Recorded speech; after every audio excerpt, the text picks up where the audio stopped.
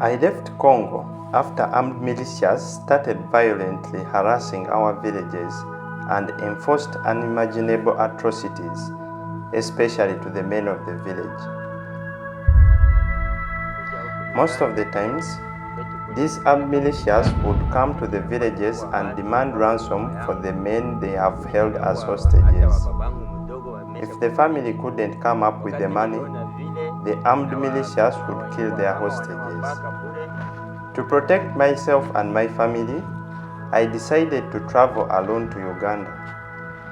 By doing so, if I get ambushed in the bushes by the armed militias, at least it will only be me that would be harmed and not my family. I arrived safely in Uganda in 2014 and was resettled in Ramwanja refugee settlement. Because of the dangerous situations in Congo, it took me 4 years before I could see my family again. 4 years without seeing my beautiful wife and children was too much to bear.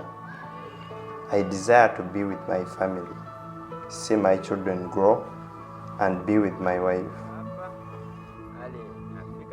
Then in 2018, I took the risk and brought my family to Uganda.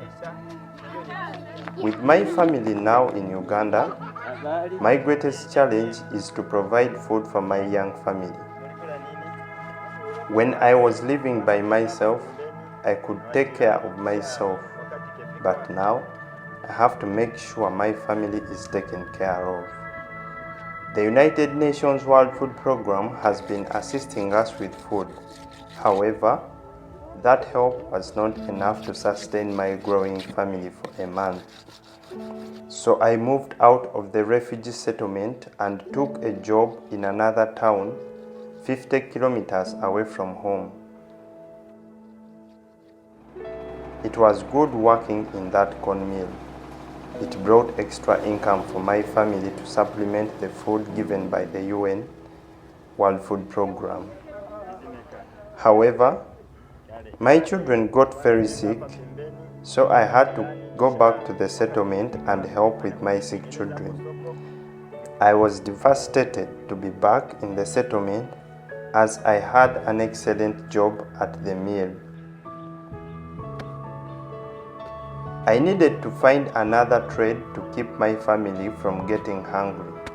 So I started tilling the ground and started growing simple crops for home and sell to the fellow refugees.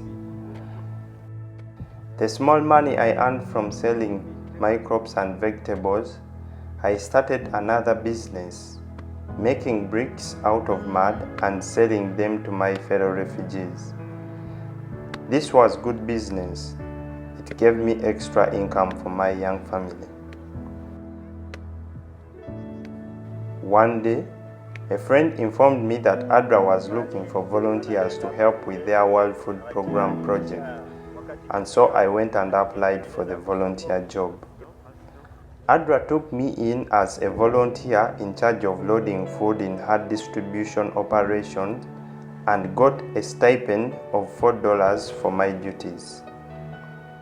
With my vegetable gardens and brick business providing complementary income to feed my family, the new income I receive from ADRA now gives me a room to dream.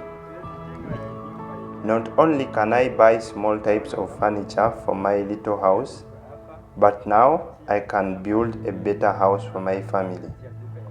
ADRA has not only given me a job, but has also given me a room to dream of building a better house. This house stands because of ADRA. Na watoto yangu.